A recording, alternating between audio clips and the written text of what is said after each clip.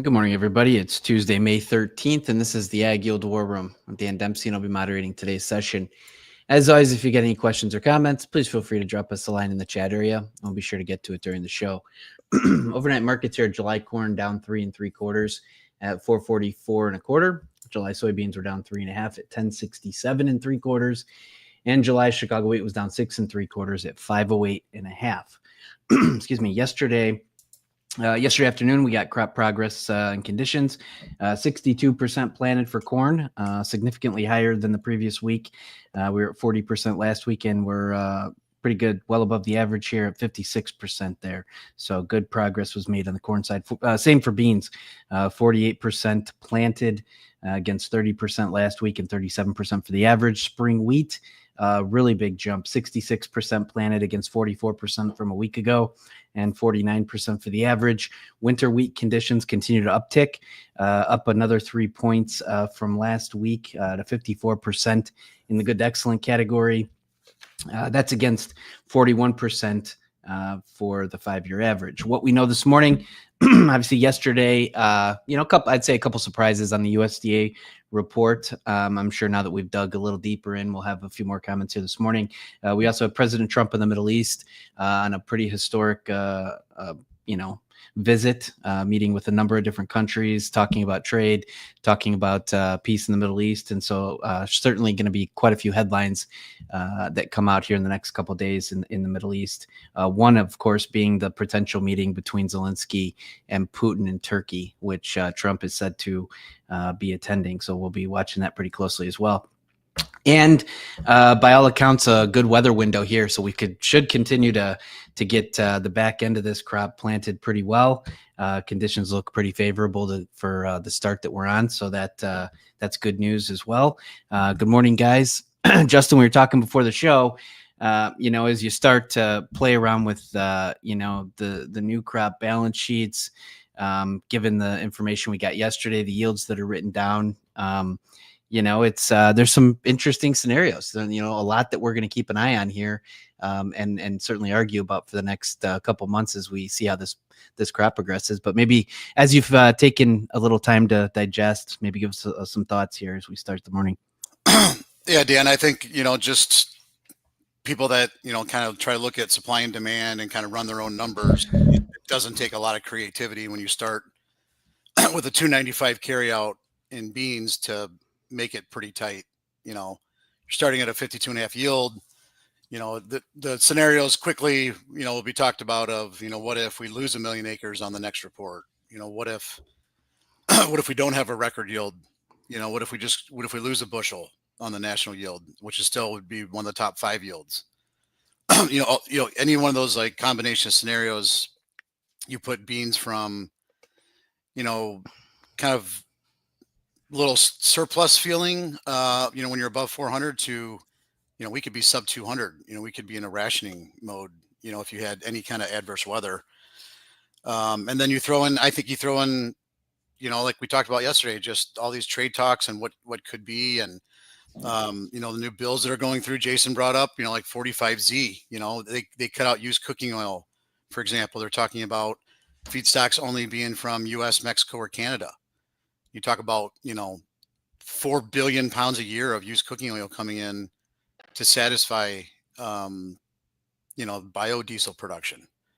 Those are massive numbers. Any combination of those, if you got them all, it would be wildly bullish. If you got any one of them, I think you'd be friendly here. Then you look at corn and, 1.8, we were, I think kind of penciling like a 2.1, definitely 2 billion plus, and you're starting at 1.8. So same kind of scenario there for corn, not, to the degree that beans are, but also not we need to go have a 3 handle in front of corn right away because we have way too much corn. So you have some big demand numbers in there, but, Ben pointed out, and some analysts point out, which was a good analysis of just the major exporters, their stocks to use are going down again in corn.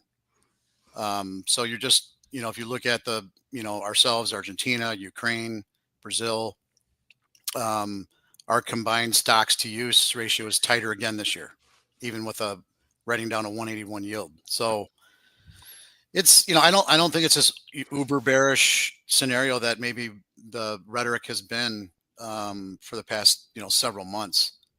I guess I don't see that. I mean, obviously we could have perfect weather. Talked about this yesterday.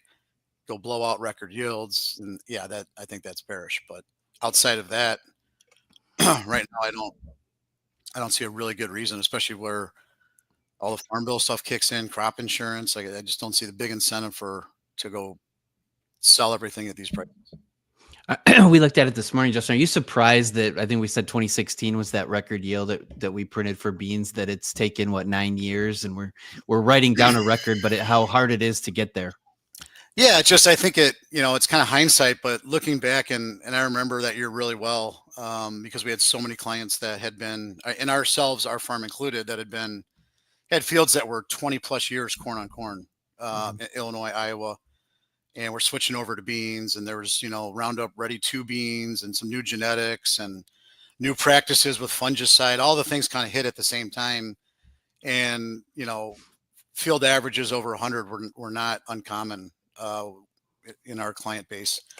And so you were thinking maybe it's a new paradigm. You look back at just how unique of a situation that was to get to that number. Now it's been 9 years, right? So we've kind of been grinding up. We got close to it a couple years ago.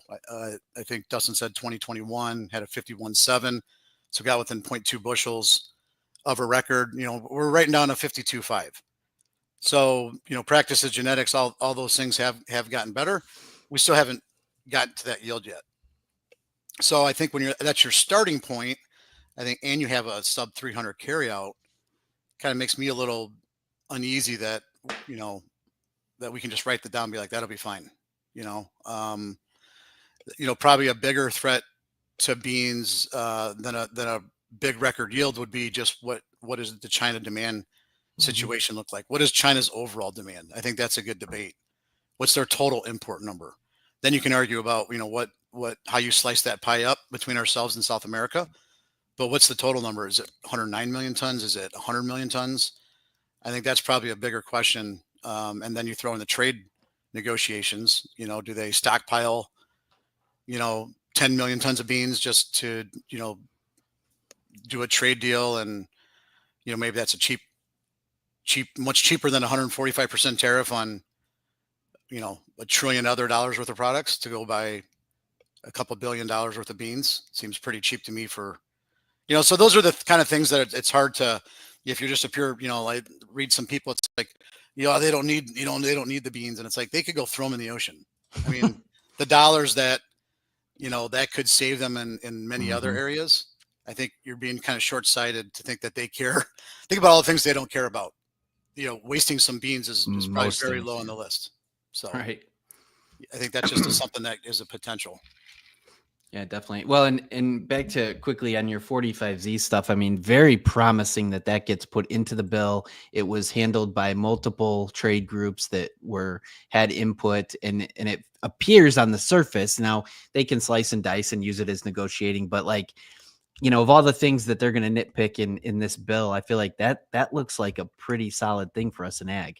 That like a game changer type. Yeah, soybean oil has been one of the most frustrating trades for years now, because all these things were so obvious, and myself personally underestimated the loopholes that we would allow to destroy our own people, like used cooking oil, for example. Like how we let so much of that come in is beyond me, but it happened. So soybean oil went from, we talked about this a lot on this show, it went from almost $1 a pound to in the 30s, to where it was the cheapest oil in the world, and we just got done building tens of billions of dollars of infrastructure for our biodiesel market. So you completely ruin the soybean oil market. Now these things are kind of coming back. I mean, you could argue that soybean oil's half of the price it would be if these things kind of play out. It's got guys like me completely worn out on that trade, so it probably will work. But yeah, I mean, I think it's the same story. It's just now we're trying to hopefully be smart about it, and instead of cutting checks to farmers, I've talked a lot about this, but instead of cutting checks to farmers, like let's just cut out the loopholes and the market will do it itself. Like we'll use up a huge amount of product here if we don't, bring it in from other countries first. Sure. Dustin, real quick, a lot of chatter yesterday with obviously, and we've talked about it ad nauseum the last couple of days, just in terms of, you could say a shift in, the view of the soybean market. But, from a grower profitability standpoint, as you look at new crop prices and 1050 beans, we've talked a lot about corn being, in a lot of cases, 40, 50 cents below profitability still at this level, just from a pricing perspective. What about beans? Where do beans start to become interesting for guys, from a hedging standpoint? Yeah, it just depends on where you're at. I mean, the high rent district is still underwater for sure. I think To where? into the 11s. Like I've seen a lot of 1150 break evens. I would say $11 for your average at good yields is certainly going to be a profitable number. But you talk about APH yields, there's a lot of APH drag in the corn and corn country, right? So you need to hit that 75 plus yield in central Illinois and still get $11 to make money for beans in a lot of cases. We're up to the highest ratio we've been in a long time for beans. So we're on a breakout in the November contract. Jason talked about it yesterday, going above the 200-day moving average. We've seen to really kind of skyrocket through that level yesterday on, a friendly report. It was friendly for both corn and beans, though. I think it was almost a bigger surprise for corn, the number they wrote down. Does the market really want to trade that, though, is the question. They added 275 million bushels of demand on exports. Well, that's something the market already has an opinion on, right? Is that opinion going to change because USDA economist writes that down? There was no new information on that front necessarily. The only real new information that I think the market got is that USDA believes Brazil to have 130 million metric ton crop, which is probably why the front end of the market took a dive. We have one of the lowest levels of premium July over December corn in a long time. So Justin said it yesterday pretty well. I think old crop's kind of the poison pill right now. There tends to be a weakness led by the front end. And it's interesting because our exports have remained strong. And even on this report, they lowered the carryout more than expected, 14, 15 on old crop corn carryout, which is definitely within range of pipeline. So, but it feels to me like the funds are selling corn and buying beans, and we'll see on the next COT report. But I think we've gotten some confirmation of that. At least that's been their bigger drawdown, has been the long corn drawdown rather than long beans. So, and short wheat against it all. Yeah, I mean, there's like a famous tweet is like, remember where the money is, and the wheat shorts have the palaces, Well, I think, going back to corn spreads, wheat obviously doesn't help that either, with wheat being so cheap and getting cheaper to corn. But, the rhetoric for months and months last winter was, I don't know much, but corn spreads are going to be good. And that was kind of reverberated through a lot of different commercials. We had clients that were approached by other commercials to bull spread July D's corn as an add-on to a sale. So I think there was a big spec long in the corn spreads, because of all the things you talked about. It's going to be tight. We're going to have way too many corn acres, in D's 25, but we're still going to be tight old crop, until Brazil comes online. All those stories, right? And I think that trade's just over, right? So I think you're kind of getting to the tail end of that, call it forced liquidation, in my opinion, where it's not acting good. And at some point, you just give up on the trade. Now, I think any game now with old crop corn, like I know basis levels have been jumping on this break. It could still be good, but it'll be played by a lot less players, I guess is what I would say. I think now it'll be a commercial game at the end, and there could be some fireworks and, the July SEP contract or something like that, but there would be a lot less participants. And I think that's kind of a natural order of how things work. It can't pay that many people.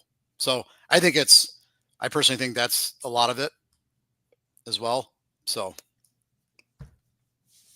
Well, very good. Well, the nice thing is we got a lot to talk about here, guys, on the show with everything that's going on and moving around. So that's definitely nice. Rylan, real quick, I was looking at this morning. Packer margins are as bad as they've been for cattle, which I think is eye opening because we know how they influence everything in that deal.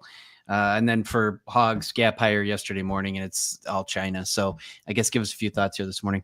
Right. No, that's just a symptom of the supply that we're seeing right now, and nobody can get enough cattle right now. Everything's tight. I mean, the market obviously has been acknowledging this for some time. It's just to what degree and how long does this last? I mean, yesterday's slaughter was 99,000 head. And I mean, this is likely to keep beef prices pretty well supported here in the interim. I think yesterday's action, we reacted to the screwworm situation, the border closure. Obviously this was seen as extremely bullish, but open interest was down. So I think we are seeing some of the money start to get out, maybe take some profits, maybe put the squeeze on the shorts a little bit. So maybe they finally had enough.